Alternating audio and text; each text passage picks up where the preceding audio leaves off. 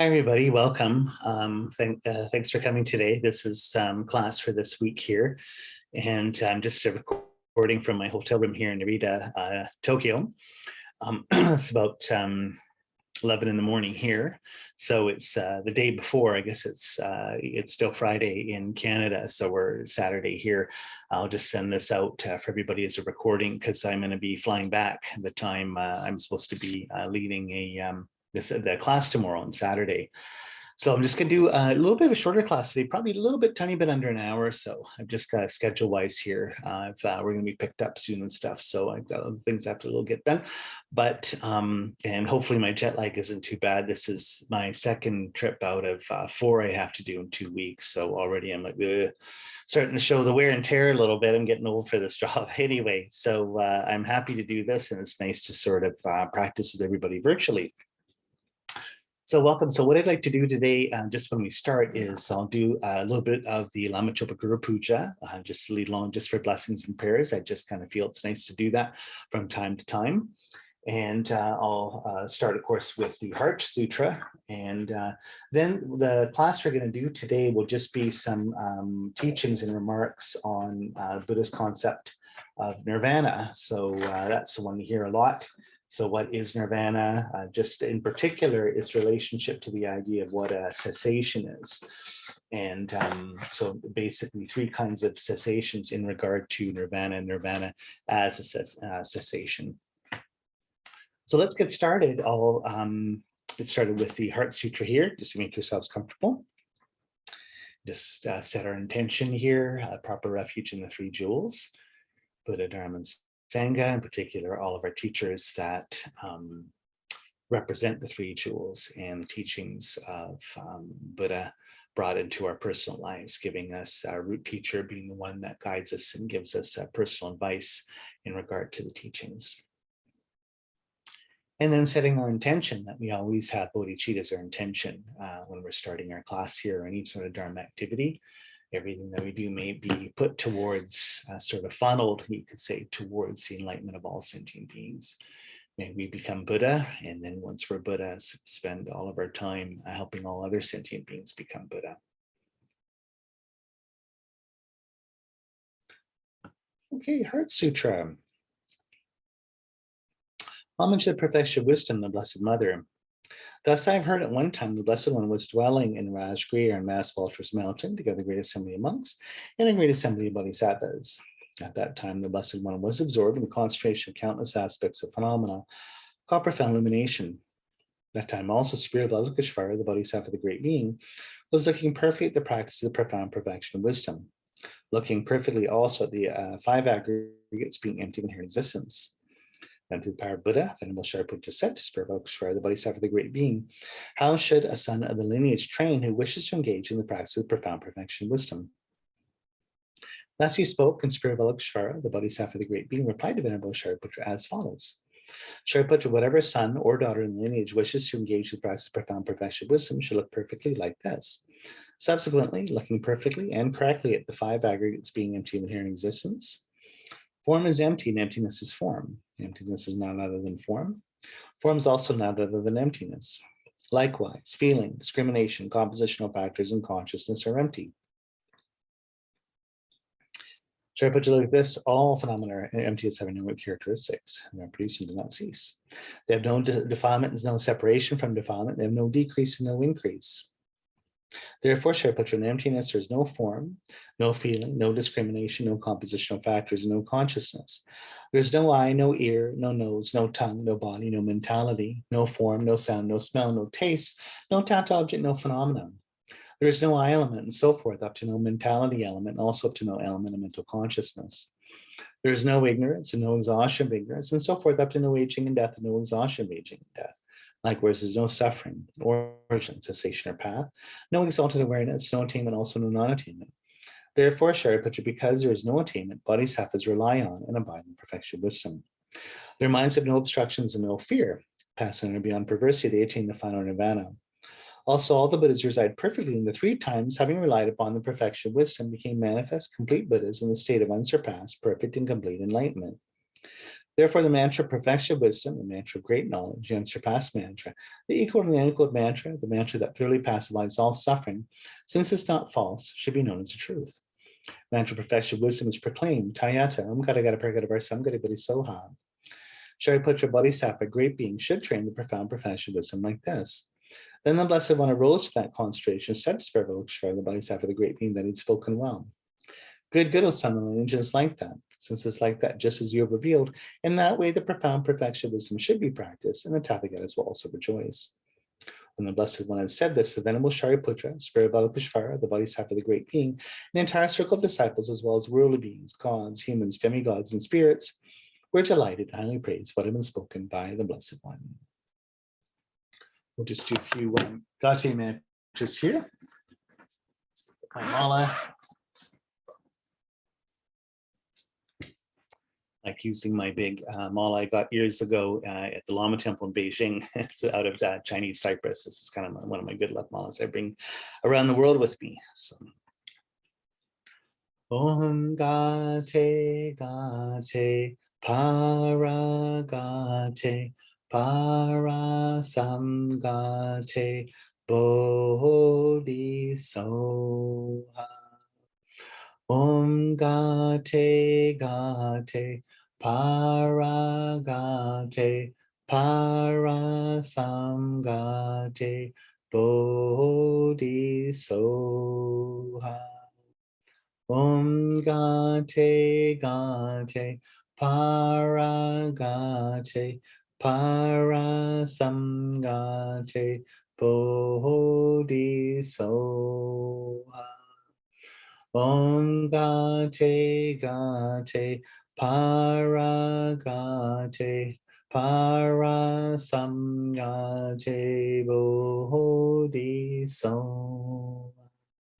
Om Gate Gate Para Gate Para Samgate Bodhi Soha. Om Gate Gate Para Gate Para Samgate Bodhi Soha. Om Gate Gate Para Gate Para Samgate Bodhi Soha. Okay, so let's take a moment to do our 9-point breathing now. So again, three sets of 3 breaths. First 3 set, inhaling through your left nostril, exhaling through your right, getting rid of prana associated with desirous attachment, getting sort of stuck or hung up on things, being unable to let go, switching it around. Inhale through your right, exhale through your left, getting rid of anger energy, prana associated with anger, hatred, reactivity, frustration, and so forth. And then final 3 breaths, just through both nostrils in a relaxed way. Inhaling and exhaling. And on the final inhalation, just hold the breath just at your navel, inside, a little bit below your navel. Put your mind there. So your breath, your mind, and your prana are mixed together, just sort of at your navel chakra. And then release when it's a little uncomfortable. Okay, so starting now.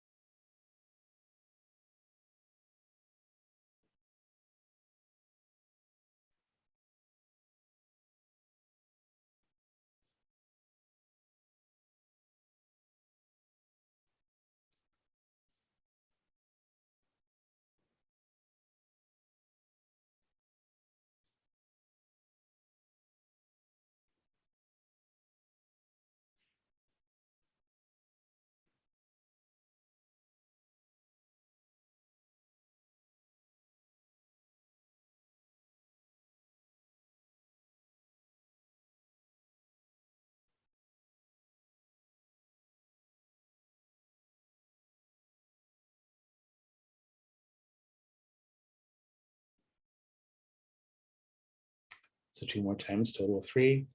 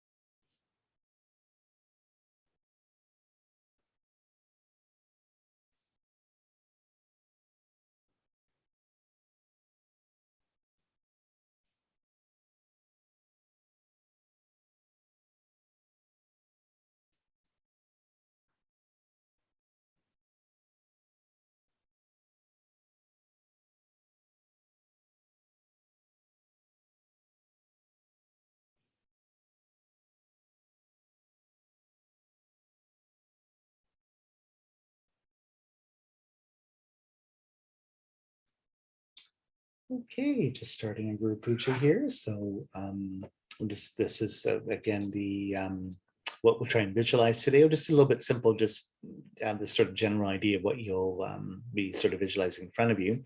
But of course, here's it's not the best camera anyway. The central figure is Tsongkhapa. Can't really see, but at his heart is Buddha, and at Buddha's heart is divine couple Vajra and Vajradhatu. So on this side here is Maitreya, and so this is on Tsongkhapa's right or our left.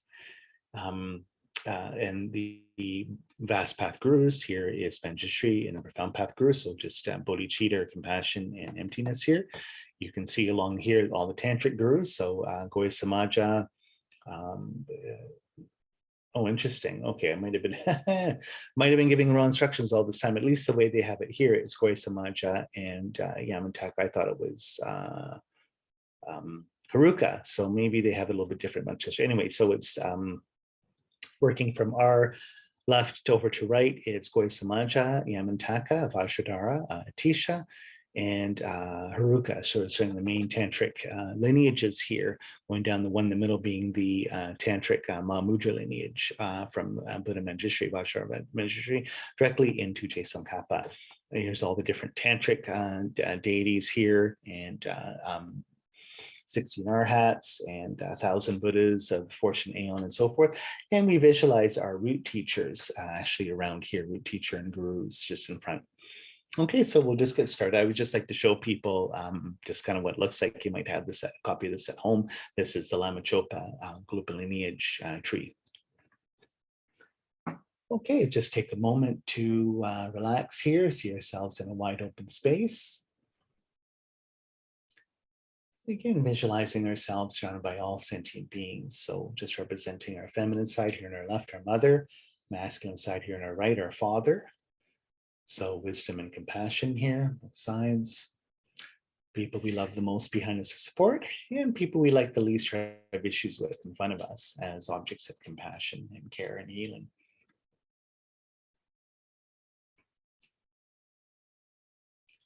Now again, in front of us, let's visualize sort of beautiful wide open sky here.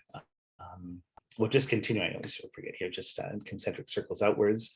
All other sentient beings, 6 realms of cyclic existence. So we can think of people from all over the world, animals from all different natural ecosystems, different celestial beings, gods and demigods, countless spirit beings from the different from the spirit world, different sort of dimensions therein, like the ethereal, astral, plane, and so forth.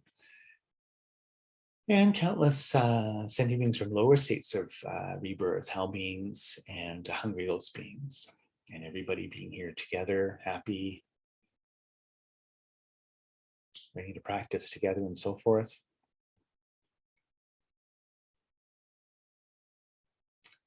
In the sky in front, let's just visualize merit field, a refuge tree for Lama Chopa. So just like we have beautiful blue sky above us, and then just seeing almost like reflection in a mirror or the sun on the surface of a lake.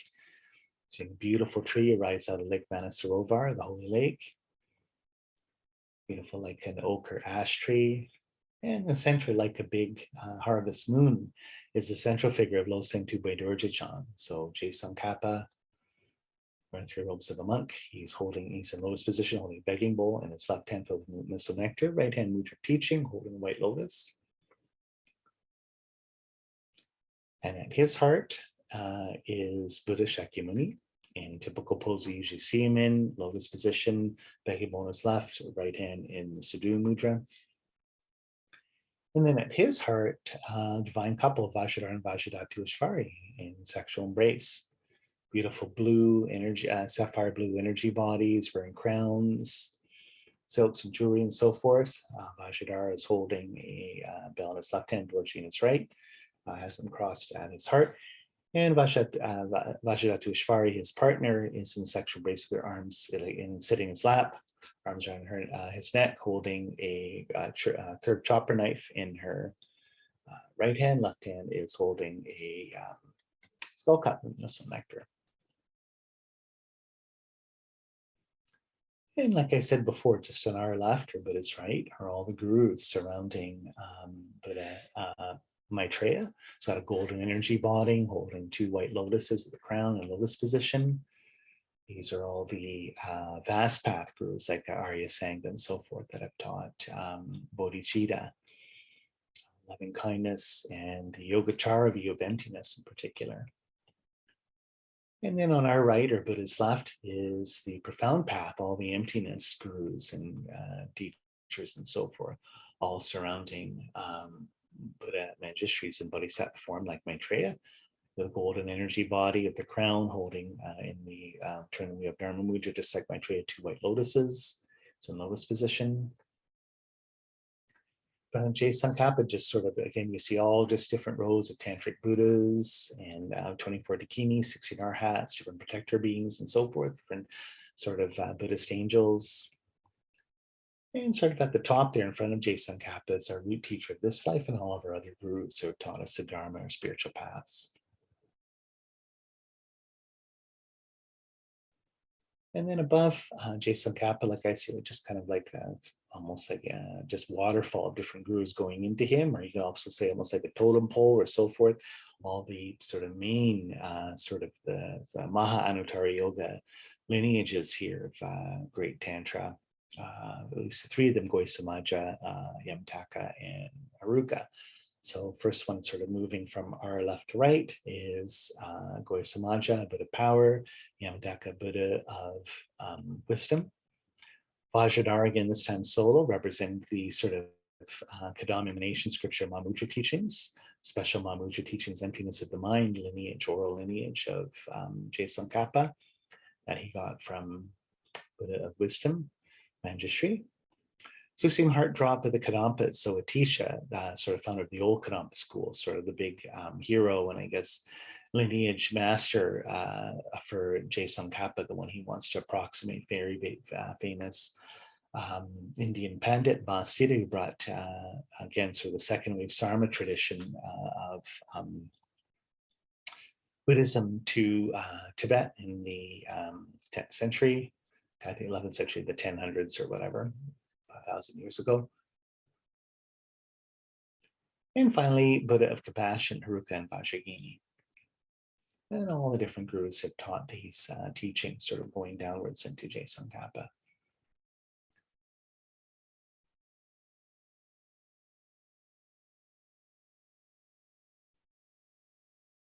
So at this point, I'll just recite the prayers here. Yeah, we can just visualize ourselves in all sentient beings, sort of having Buddha Shakyamuni in our heart while we recite this. Or we could even just sort of take the form of our main practice, or just feel this like we're all Buddhist angels made out of pure light or energy, making offerings and devotion to the refuge tree here. Within great bliss, I manifest as a Guru Yidam. From my clear body, profusions of light rays radiate forth to 10 directions, blessing the environment and beings therein. All becomes most perfectly arrayed with only excellent qualities, infinitely pure. From the state of exalted white virtuous mind, I and all other sentient beings, vast as space. From this moment to our enlightenment, go for refuge the Gurus and three precious gems. Namo Guru Be, Namo Buddhaya, Namo Dharmaya, and Namo Sanghaya. Namo Guru Be, Namo Buddhaya, Namo Dharmaya, Namo Sanghaya. Namo Guru Be, Namo Buddhaya, Namo Dharmaya, Namo Sanghaya. For the sake of all mother sentient beings, I transform myself into a Guru Yidam, and thus shall lead all sentient beings to Guru Yidam's supreme enlightenment. For the sake of all mother sentient beings, I transform myself into a Guru Yidam, and thus shall lead all sentient beings to Guru Yidam's supreme enlightenment. For the sake of all mother sentient beings, I transform myself into Guru Yidam, and thus shall lead all sentient beings to Guru Yidam's supreme enlightenment. For the sake of all mother sentient beings, I shall quickly in this very life attain the state of primordial Buddha Guru Yidam. I shall rid all mother sentient beings from suffering and lead them the great bliss of Buddhahood. To this end, I shall now practice the profound path of Guru Yidam Yoga. For the sake of all mother sentient beings, I shall quickly in this very life attain the state of primordial Buddha Guru Yidam. That shall lead all mother sentient beings from suffering and lead them all the great bliss of Buddhahood. To this end, I shall now practice the profound path of Guru Yidam Yoga. I shall rid all mother sentient beings from suffering and lead them all the great bliss of Buddhahood. To this end, I now shall practice a profound path of Guru Yidam Yoga. Om Ahum, Om Ahum, Om Ahum. Pure clouds of outer and inner secret offerings, objects which bind us close, fields of vision pervade the reaches of space, earth, and sky, spreading out beyond the range of thought. In essence, their pristine awareness and aspect inner offerings and various objects of offering. Their function is to generate the extraordinary pristine awareness of voidness as bliss and as objects to be enjoyed by the six senses. Now, this is the description of the merit field we've just done. So in particular, just really focus, just as we're visualizing Tsongkhapa, the threefold figure of low sanctity tradition, Tsongkhapa, Buddha, and Vajradhara. Really sort of, this is sort of the body mandala of Goi Samaja here, sort of mixing together. So just seeing Tsongkhapa's body itself as being like a mandala house, a pure heaven, showing, just that our gurus and Buddhas are one, and that through following the teachings and so forth, our guru doing our own practice, it's like we're able to go into this tantric paradise and Buddhist heaven of seeing all things pure conception, pure appearance, and so forth, and reaching full enlightenment for the welfare of others.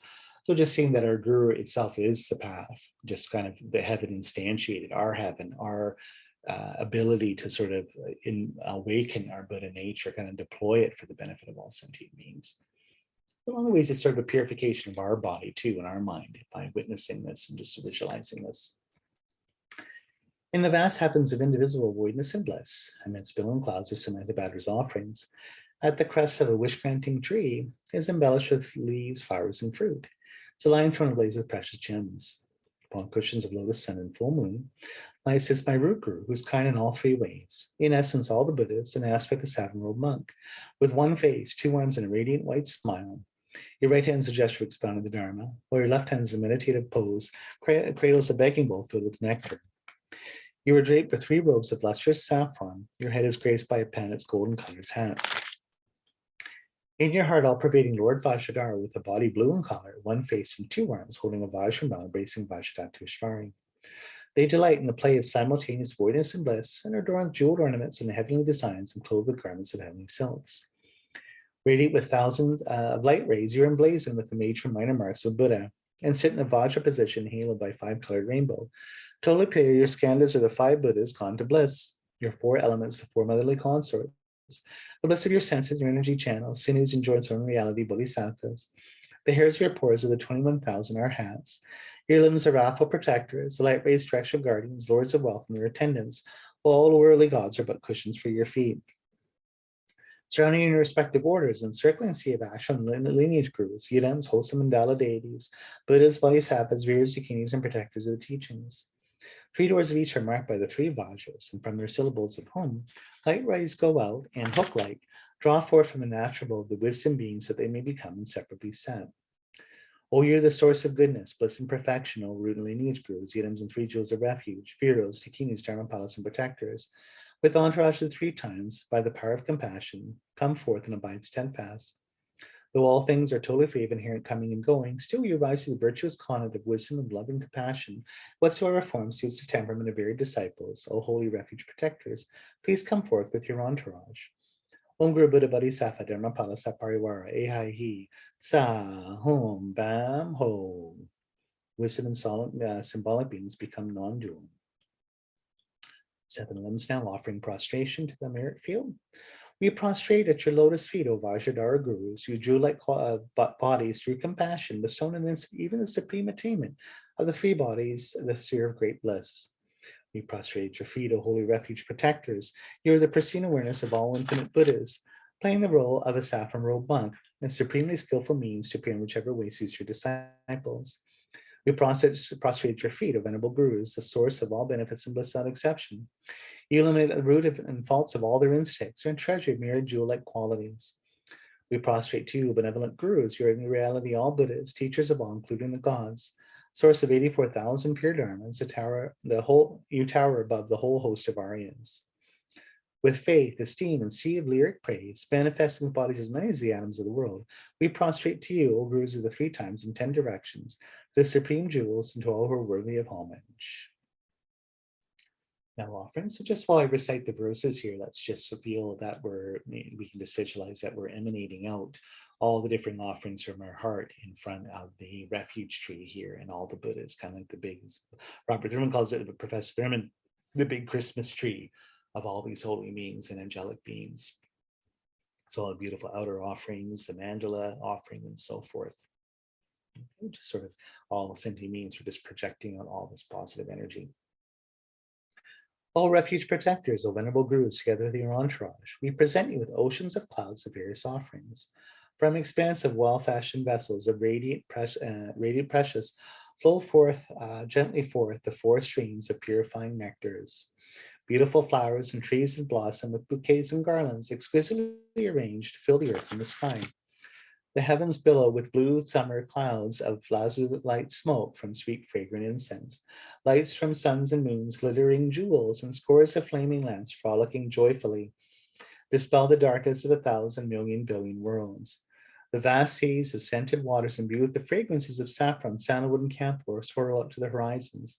Delicacies of gods and men, drink and savories and feasts with ingredients of 100 flavors amass at Mount Meru. Music from an endless variety of various instruments blends into a symphony filling the 3 realms.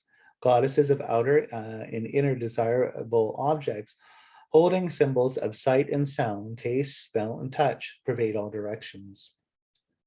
Mandala. To you, O refuge protectors, treasures of compassion, eminent and supreme field of merit, we present you with pure faith, Mount Meru and the 4 continents 1 billion times over, the 7 precious royal emblems and precious minor symbols and more, perfectly delightful environments, those dwelling within, a grand treasury of all wishes and a wealth of gods and men. To please you, venerable gurus, we offer these objects, both aptly arranged and those envisioned, as a pleasure grove on a shore of a wish-granting sea. It's strewn with 1,000-petaled lotuses, captivating the hearts of all. These are the offering objects arising from samsara and nirvana's white virtues. Everywhere is dotted with flowers. These are the virtues of the 3 gateways of ourselves and others in this world and beyond. It's diffused with myriad fragrances of Samantabhadra's offerings and is laden with fruit, 3 trainings, 2 stages, and 5 paths. We offer a libation of China tea, the color of saffron, steeped in the glories of 100 flavors of the delicate bouquet. This, the 5 hooks, 5 lamps, and so forth, is purified, transformed, and increased into a sea of nectar. We offer even voluptuous illusion-like consorts, a host of messenger dakinis, born from place and mantra and simultaneously born, having slender figures aglow with vibrance of youth and skilled with 64 arts of love. We offer you supreme ultimate bodhicitta, beyond words, thoughts, and expressions, spontaneous and invisible, the voice free of all things, free from mental fabrications of true existence, unobstructed, great pristine awareness, simultaneous with bliss. We offer sundry types of potent medicines to clear the plagues of the 400 afflictions, and in reverence we offer ourselves as servants to please you. Pray keep us in your service as long as the heavens endure. Before the eyes of those having great compassion, we lay bare at the mind of regret whatsoever non-virtuous actions bound to misfortune we've committed from beginningless time, caused other to do, in which we rejoice, and we vow never to commit them again.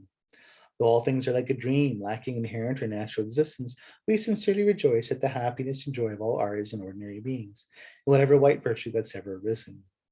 We ask that the rains of vast and profound Dharma fall, the 100,000 clouds billowing with the sublime wisdom, love, and compassion to nurture, sustain, propagate a garden of moonflowers for the benefit and bliss of those limitless beings.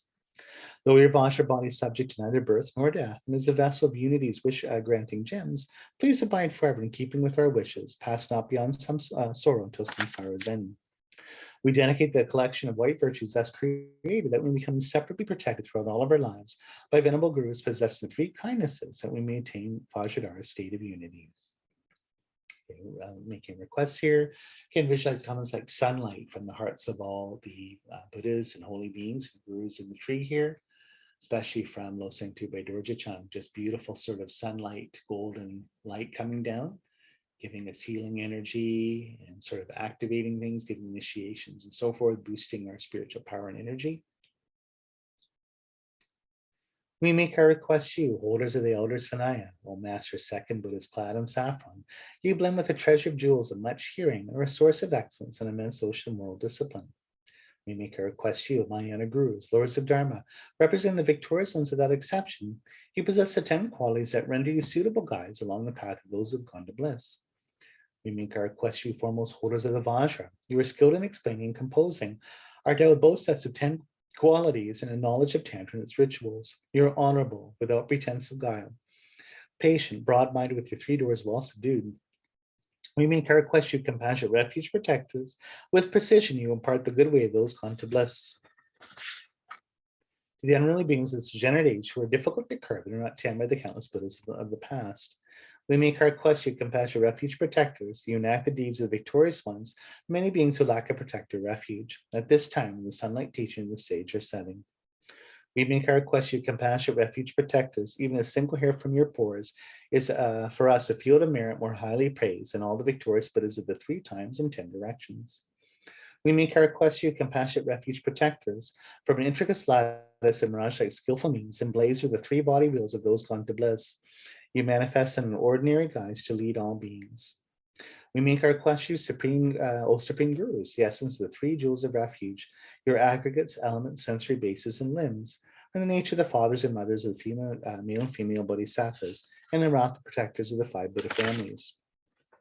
We make our request, you protectors of primordial unity, foremost holders of the Vajra, all pervading lords of hundreds of Buddha families, unfolding the play of omniscient pristine awareness. You are the quintessence of 10 million Mandala cycles.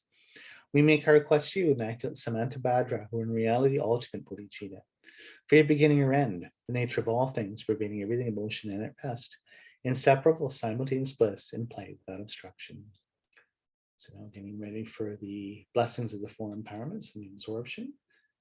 Let's just sort of focus on Lama Tupe Losang Tupe Dorjichan, so Tsongkhapa in the center of the tree here, like a big moon. Crown of his head, sort of a ball of white light from Om syllable, throat ball of sort of ruby red light from Ah syllable, heart sort of blue lapis lazuli light from the Om syllable, representing body, speech, and mind of the Buddhas. You are gurus, you are yidams, you are dakinis and dharma protectors. From this moment into our enlightenment, we need seek no refuge other than you. In this life, the borrow in all future lives, hold us to the hook of your compassion. Free us from samsara and nirvana spheres, grant all the attainments, be our unfailing friend, and guard us from all interferences. You are gurus, you are yidams, you are dakinis and dharma protectors. From this moment to our enlightenment, we need seek no refuge other than you. In this life, borrow in all future lives, hold us at the hook of your compassion. Free us from samsara and nirvana spheres, grant all the attainments, be our unfailing friend, and guard us from all interferences. You are our gurus, you are our yidams, and you are dakinis and dharma protectors. From this moment to our enlightenment, we need seek no refuge other than you. In this life, the borrow in all future lives, hold us at the hook of your compassion. Free us from samsara and nirvana spheres, grant all the attainments, and be our unfailing friend, and guard us from all interferences. Okay, so let's just take a moment to do the visualization for this. As we can just feel that from visualizing that from the crown of Tsongkhapa. And just the other holy beings and angels in the tree. Beautiful white light is coming down, snow white light. And energy purifying the negative karma body. Killing, stealing, sexual misconduct, and so forth. Rest in all sentient beings, and giving us the empowerment to receive one day, or sort of awaken, manifest the Nirmanakaya body of all the Buddhas, the emanation body.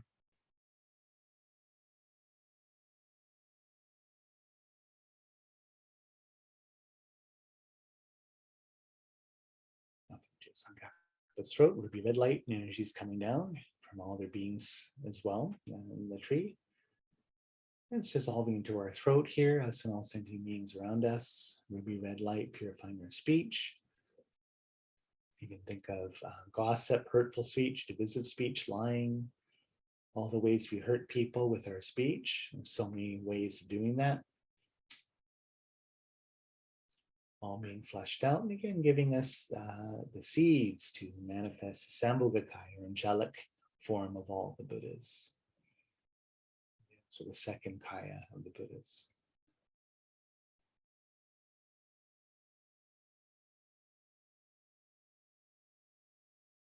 Now, lapis blue light comes out from the heart of Tsongkhapa and all the Buddhas around us here. Blue lights and energy coming into our heart. Purify native karma of mind, covetousness, and wrong views, malice, sort of defined as wanting others to suffer, when you're angry at them or whatever, we want to hurt them. All this is sort of getting purified out for us and all sentient beings. Again, giving us the karma to manifest the wisdom truth body of the Buddha, the Dharmakaya mind. The omniscient mind of the Buddha is knowing all reality and meditating on emptiness simultaneously.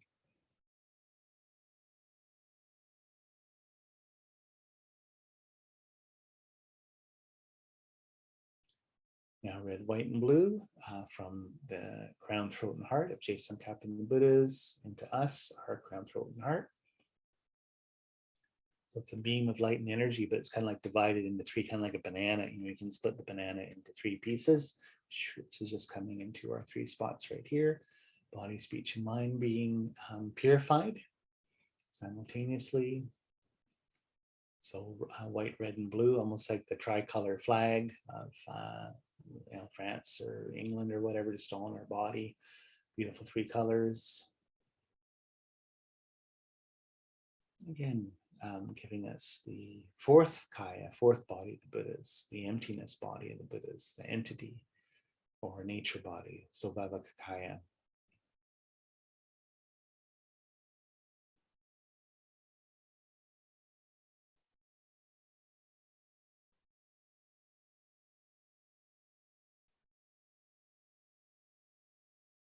Now the tree starts to melt into light, and all the sort of all the Buddhas and Buddhist angels and gurus all sort of melt inward into the central figure. Tsongkhapa, he melts into his heart into Buddha. And finally, divine couple, Vajrara and Vajradhatuishvari. They're going to get really, really small, like a little blue diamond, piece of lapis or sapphire. Come to the crown of our head. And a little piece of corn. Enter our crown chakra and descend to our heart. Again, just like dropping blue food coloring into a glass of water, we just throw those in to our heart. All blessings, the power, the wisdom, compassion of all the Buddhas directly into our mind and our heart, our soul, so to speak. And I feel great, great bliss here.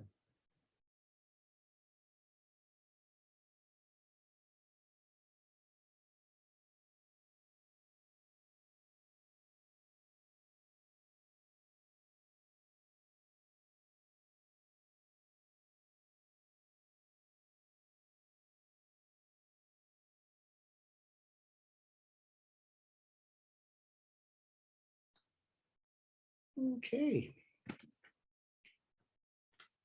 Great.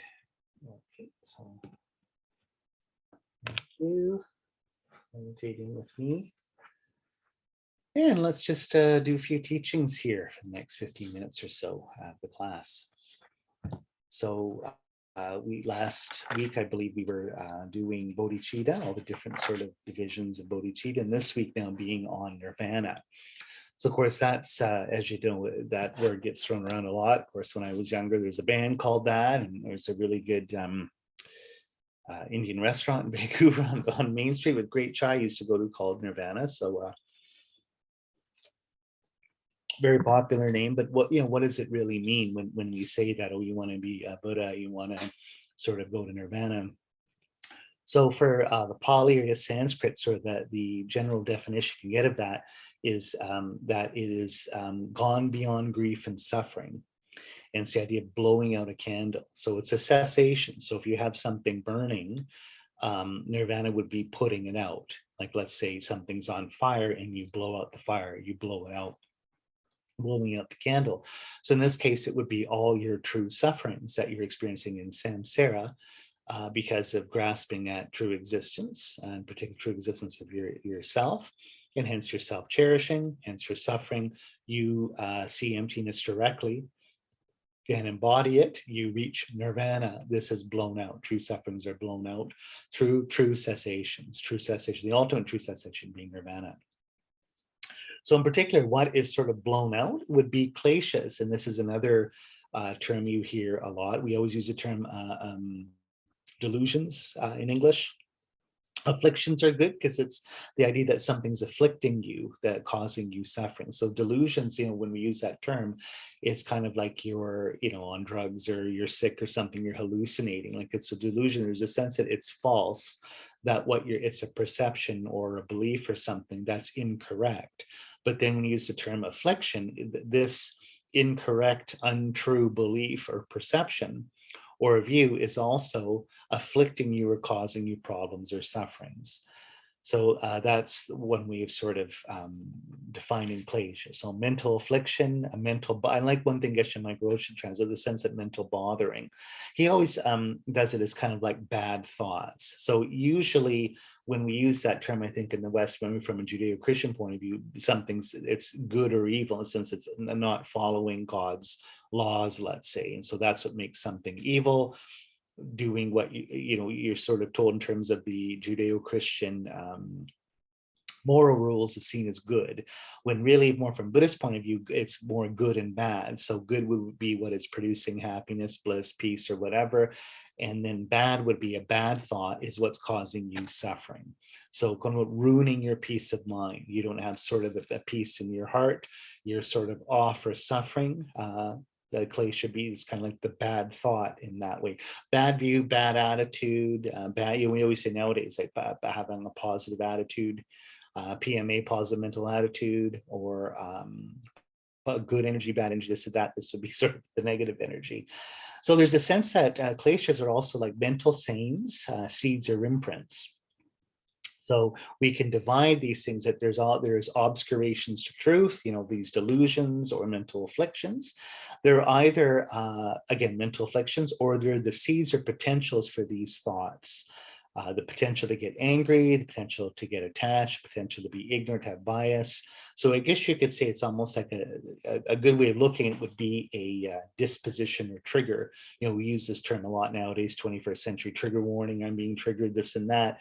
It's kind of like a disposition. And so a lot of Aristotle always made a point in Western philosophy, most Greek philosophers did, that your mind is just a system of habits. So ethics would be cultivating virtuous habits that lead to your peace and well-flourishing, your health, your happiness. And then the bad habits would be what lead to your suffering, this or that. One of the great 20th century phenomenologists, Maurice Merleau-Ponty, basically said that everything you do is embodied, that you are a body subject. But what the body really means is sort of the system of everyday habits that you have.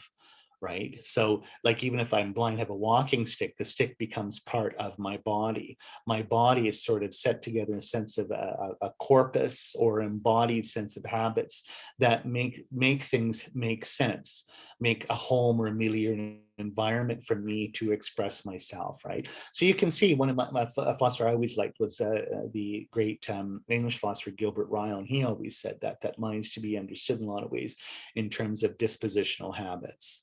They always say this is what they call logical behaviorism or something, but it's worth seeing this. So you've got your views, you've got your beliefs, your perceptions, but those are habitual. So there's a sense that you've kind of been trained or trained yourself a certain way to perceive things or have things make sense in a certain way to you, usually in this case, sort of negative, causing you suffering. So you have the thoughts themselves, then you have the seeds or the dispositions, the habits. It's a little behavioristic. It's like, you ring a bell and the dog salivates.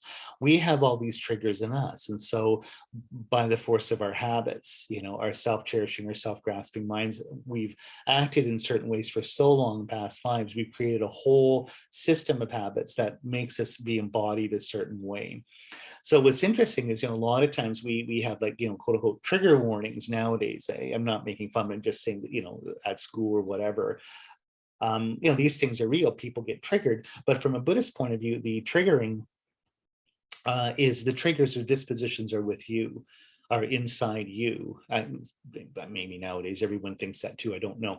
But so it's the question is that, these things, when you encounter a certain object or a certain situation, it can turn on these predispositions, and you get a habitual automatic reaction. And that's why, so as long as you have these seeds in your mind, these seeds in the delusions, you're always going to be, minds are getting triggered and you're getting certain kinds of responses, for the most part, negative ones, as we're getting to. This is why that philosopher Merleau-Ponty said he had a great, it's in the last chapter of Phenomenology of Perception called Freedom. It's an amazing, excellent chapter. He even quotes, and he might even quote Le Petit Prince in there, the little prince. I think so. There's a quote from Antoine Saint-Exupéry in that, you know, basically we are our habitual actions. But he's got a great line where he says that we choose the world and the world chooses us. In other words, we freely set up our habits and then our habits tell us what to do. In other words, when we get into certain situations, meet certain objects, the world itself, as we've structured it, tells us how to behave, right?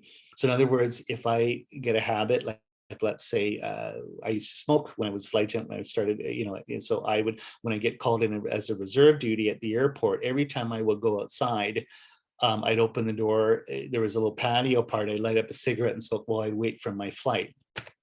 So what's interesting is that, you know, that was a choice I did when I still smoked. That was a way of sort of me relaxing because I was so stressed out.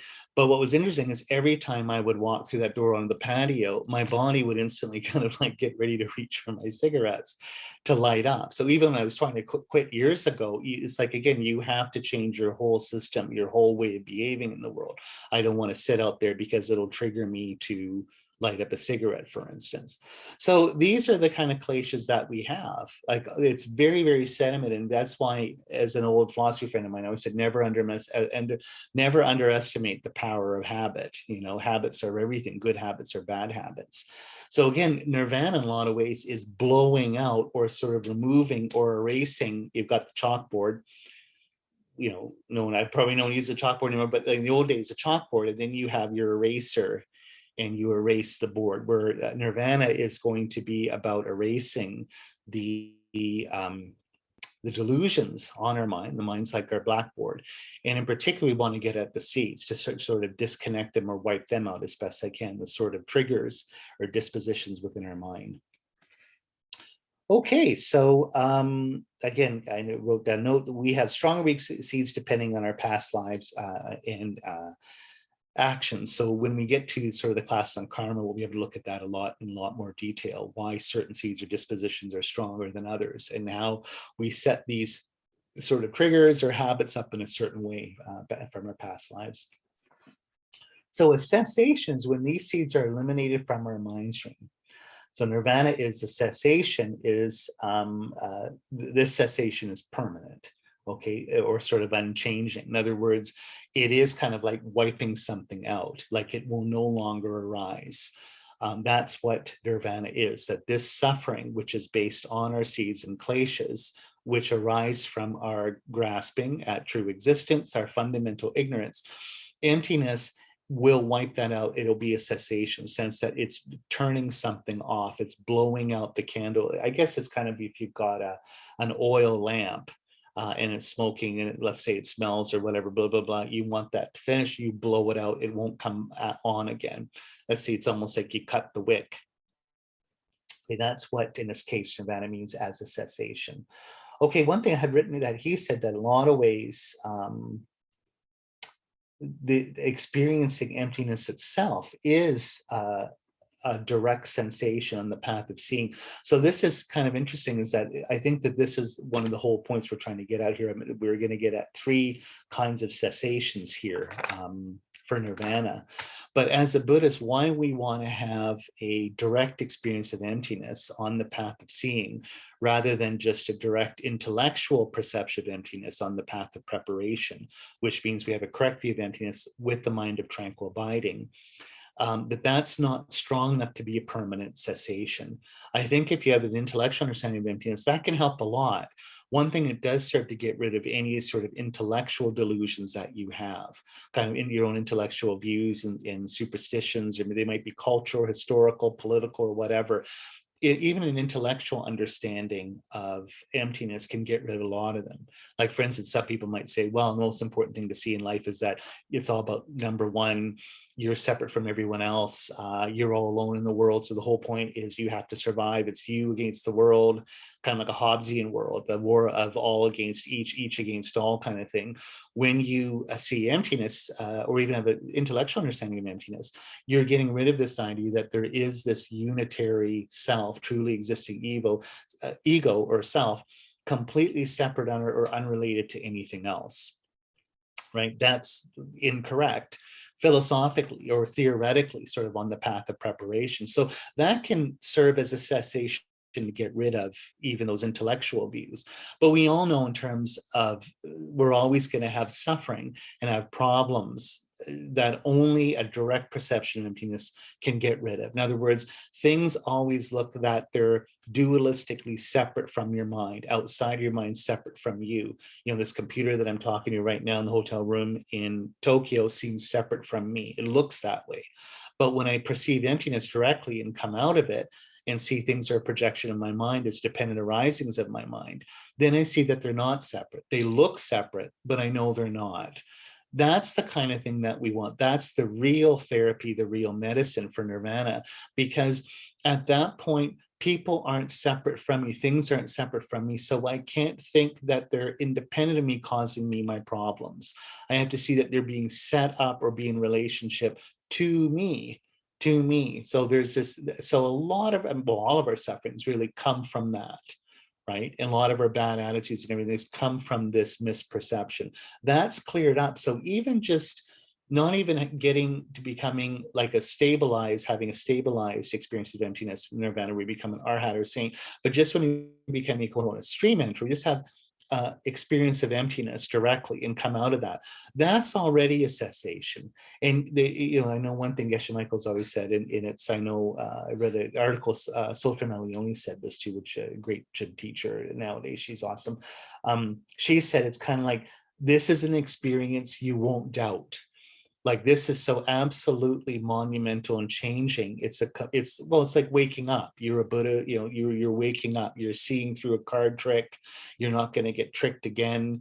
You've found something you finally lost. It was under your nose. Like with me, you get old, you don't know where your glasses are, and then you're wearing them. Oh, you look in the mirror. I've had my glasses on the whole time. No one can make you doubt that experience. That's a direct experience. So if logic and reasoning are inferential or indirect experience, things that you need because you can't see something directly, so we have to reason about it to learn it indirectly. That's what they call a inferential valid cognizer. Valid cognizer, what they are, a yogic direct perceiver. Your mind and your object are together in the experience. There's no mediation, it's completely direct. That's what we're talking about here as a cessation when you see emptiness directly. So that's when it becomes really therapeutically powerful, right? So that's just a very basic notion of emptiness and nirvana as a cessation. So the first main understanding of nirvana cessation is that when you have empty to come out of your experience of emptiness, you will see conventional reality for the first time as conventional reality. Then it's said that this is when you become an Arya or higher being, like a noble being. You've seen emptiness directly. You are no longer a human being. You're no longer a regular sentient being. You've seen the quote unquote truth of yourself and of reality. So in this case, you see the four noble truths, the four Arya truths. You see that they're true and that they're true for the first time. Up until that point as a Buddhist, you're just believing them, you trust them because you trust your teachers and the Buddhas. Now through direct experience, you know that this is the case. I didn't know what let's say what chocolate tastes like. I taste it. That's what it tastes like. We have this direct experience now. So you see your past and future lives. You see the sufferings of samsara. You see how the whole card trick worked, the whole magic trick worked. Well, we know magic tricks, what the card trick. Once you figure out how to do it, you're never tricked by it again. You're sort of on the inside of the joke, so to speak. But you also see how it's done. You're also like, wow, okay. I'm holding the fake card in my sleeve or something. Like, then it's like, that's how I made that mistake. I know there was these two magicians in Las Vegas. They showed how tricks worked. They had it on TV, and people got mad, all these magicians, because, oh, you're showing the tricks. But these are dumb tricks. Everyone kind of knows them anyway. We want to show how they work as a trick. And so it was interesting is this this magician, one of the guys that said that, he said how the trick works is that the people in the audience, they want to be fooled on some level, and so they go along with the trick. They fool themselves because they're invested in it. And of course, this is how samsara works. Our habits, our desires, our delusions, we tie ourselves tighter and tighter and tighter in our delusions and our ignorance. So, you know, the first cessation is really when you see the truth of conventional reality. When you come out of emptiness, you see how the tricks worked all the time, that you've fallen for it time and time again up until now. Then it's like, that's the trick, the shell game. I finally see it. What a dummy. I can't believe I fell for that all that time for whatever, 10 million years or whatever, right? So that's the truth. You know, the Four Noble Truths is the truth from the direct, correct perception, right? And you are now an Arya or higher being for having seen this. What is the second cessation is the main cause of destroying all your virtue or your happiness, your peace of mind in the world, is believing in wrong views, believing in the same. In other words, believing in inherent non-related existence. Not believing in karma, believing that actions do not have effects, that causes do not have effects, not believing in emptiness, the sense that everything is interrelated, everything is in a relationship. And so there's no such thing as impossible and related existence. All of our negativity comes from that. All of our suffering comes from that. Now, once you've seen this, just like I said, this is a direct perception. A direct perception of emptiness means you see the truth of all these things. So this is the cessation, and since you've seen through the manship, so you won't do bad things again. This is why arhats, you know, foe, destroyer, a saint, they've conquered all their foes. They no longer have any enemies because they no longer have, they've sort of, you know, almost like Art of War, they've defeated all the internal enemies within themselves, you know, which are the only enemies there's ever been. You know, all the sort of ghosts and demons in our delusions in our mind or in our heart. You'll never, an arhat is free and has conquered everything, a completely free being, completely happy being, because they've seen emptiness directly, they've embodied emptiness, they're in that state of nirvana or cessation. They will no longer ever do a bad thing again. Because why would they do a bad thing? A bad thing which that makes themselves suffer and others suffer is because they don't they don't understand karma if they did that, but they do understand karma. They do understand emptiness. They do understand conventional reality. They do understand that things, although they look dualistic to you or independent of your mind, are not dualistic. They are just projections of your mind. They're dependent arisings. So that's what makes them, quote unquote, a saint or a saintly. They will only do good things. They will not do bad things. And they found liberation, freedom, cessation in that state. That's the second cessation. And finally, we'll just to finish up here, the third cessation is, I guess at this point, it's the nirvana, the cessation, no more bad thoughts. Like coming out of emptiness, being able to go back and forth in that experience through, because you've got, you know, your amazing tranquil abiding, you know emptiness intellectually. Now you've had the direct experience of it. You can go back into that experience every time you meditate. In that case, you can see the relationship between ultimate and conventional truth. You can't see them directly at the same time. That's only a Buddha can do that, right?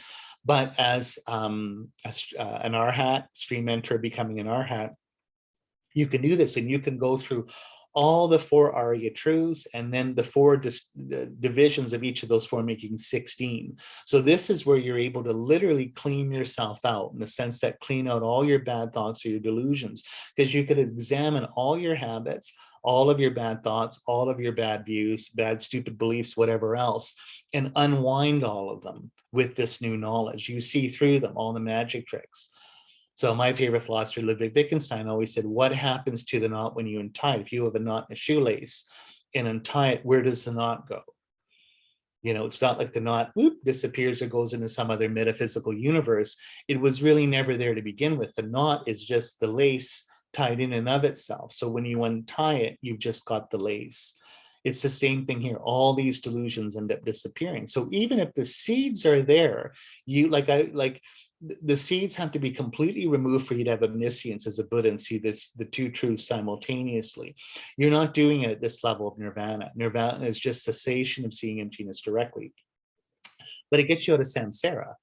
Like that's the whole point. Like in the wheel of life, when Buddha's outside of it pointing at the moon saying, make an effort to destroy it, enter into the Buddha Dharma, destroy the Lord of Death, as in samsara, as an elephant destroys a grass hut, kind of like a bulldozer knocking that over.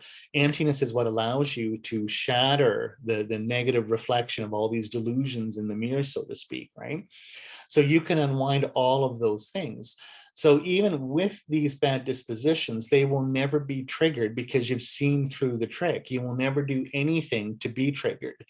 So those seeds in your mind, it's like they're scorched, they're burnt. They won't grow into anything. There's still an obstruction to omniscience, but they're no longer an obstruction to liberation because you're liberated at that point. You've seen nirvana, it's a cessation, right? So I would say like that's, you want to get rid of wiring in your house. You don't want the lights to come on. They're ugly lights or whatever. So you turn them all off. Someone can come in the room and turn them on again. But if I disconnect all the wiring, the lights are still in the fixtures, but they're never going to come on. If I pull all the wiring out of the drywall or something, you can keep flipping that switch on and on as much as you want. It's not attached to the light or the wiring. It's just an empty switch. That's what we're doing here. Once we see emptiness directly, we become sort of have the experience of nirvana as a cessation. So this is about eliminating all your bad thoughts and becoming quote unquote liberating. Okay. Yeah, I've got one note here, which is good. Deceptive truth or relative reality, conventional reality, is seen as deceptive or a lie. Why? Because it fools you where things are conventions, but they seem so much more. And that's, I think, a really, really good point, is when you come out of your experience of emptiness, you see things are just conventions. You see things are just cause and effect. But I like the idea of seeing things as convention, which is why it's going truths for the obscured, in the sense that, or deceptive truth. Things look dualistically, they look substantial, they look like they're true, but they're not. They're dependent arisings, they're conventions, which means they're just social rules that we all follow, beliefs that we all have, all relative, all changing, all karmically created. And so changing and impermanent and illusory like a dream. Our problem is that we just, up until this point, didn't see it as just like a dream. So the last thing here I have is the path of seeing. Samsara has no beginning, but this is the end of it by the power of the experience of emptiness. So I know one thing Geshe Michael said, which is, I can't remember where he said it. I've always remembered this as good as that. He said, when you get your Geshe degree, they give you at the very end, like the final, I think this is what, I don't know if that's, I mean, you have to see if this is true, but I think this is what I remember him saying. But he said at the end, when they give you like a big debate. It's kind of like when you get your doctorate and you have to get, I only got an MA. So when I did my MA years ago, I had to do a thesis at the time. I don't think you do that anymore, but I had to defend it against two professors. Anyway, with my thesis advisors, but one didn't even read it. So that, anyway, enough about academics, but that was really fun. But you have to defend. So it's the same thing when you get your Geshe degree, you'll get sort of the final question in the exam, so to speak. It's kind of beautiful, but he was saying they'll give you something that's unanswerable, in the sense it's too difficult a topic. There's too many diverse opinions on, like, the different interpretations. It's kind of like they give you, it's like an impossible question that they'll just do your best to answer. So of course, at this point, you're an amazing debater, an amazing thinker, anything else. So you're debating, and it's going on, and other geshes who are defending or sort of attacking you, you're defending your position, and it's going on, and of course, it's really good. But at a certain point, you really see that it's kind of not going where the debate. There's just as many good things as many bad things about the position, back and forth. And then he was saying at this point, it's like the abbot, kind of like the MC, or the guy, just he's sort of overseeing the whole thing, stands up and goes, okay, that's enough, finished, enough talk. And then it's sort of at this point sort of a rhetorical thing where he says, okay, enough. It's been whatever, this long arguing over this one question or something. Samsara has no end. So there's no end to this kind of thinking, all these kind of delusions of this and that. That samsara has no ending. And then everyone it's kind of like a to and fro, like a play or something. Everyone says, yes, it has an ending. So that, the abbot's like, well, it has no beginning, no end. Yes, it has an ending. And then he says, how's that possible? If something doesn't have a beginning, doesn't have an end, how is it possible that it would end? And then everyone yells out, it's kind of like the rote response. Everyone says, well, the medicine is stronger than the disease. The cure is stronger than the problem. And everyone's like, yay, okay, you passed your Geshe degree. So, but that's the idea that emptiness is stronger than samsara as a problem. So it cuts through. There is no beginning or an end with this, but it's kind of like a Gordian knot where Alexander the Great cuts through it, or like a Mobius strip.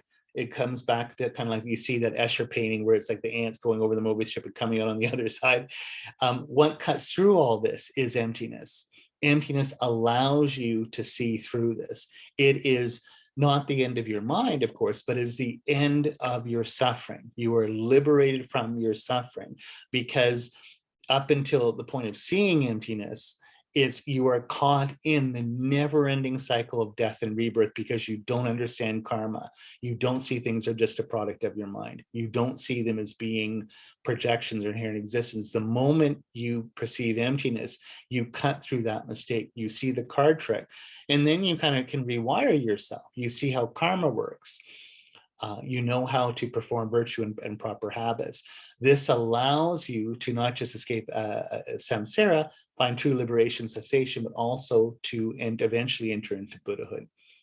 Then what do you do as a Buddha? You do the exact same thing that was shown to you. We show all sentient beings, one after the other, how to perceive emptiness directly. And then that's the key you give them for them to unlock the cage they put themselves in. Then they get out, they do the same thing. So anyway, that's Nirvana Cessation. That's the first class on Nirvana. We'll do another one next week. So anyway, thank you so much. Thank you for coming, and I hope that's okay and makes sense. And I'll send out another recording next week. Unfortunately, I am going to be in Tokyo again. I won't be able to do a live class, and I'll send another one as a recording. Okay, so let's just take a moment to dedicate all this for the enlightenment of all sentient beings and share it with all beings. So blessings of all of our gurus and all holy beings through karma, cause and their effect, karma pierce for intention, bodhicitta. May all sentient beings reach full awakening. Okay, thank you. See you next time.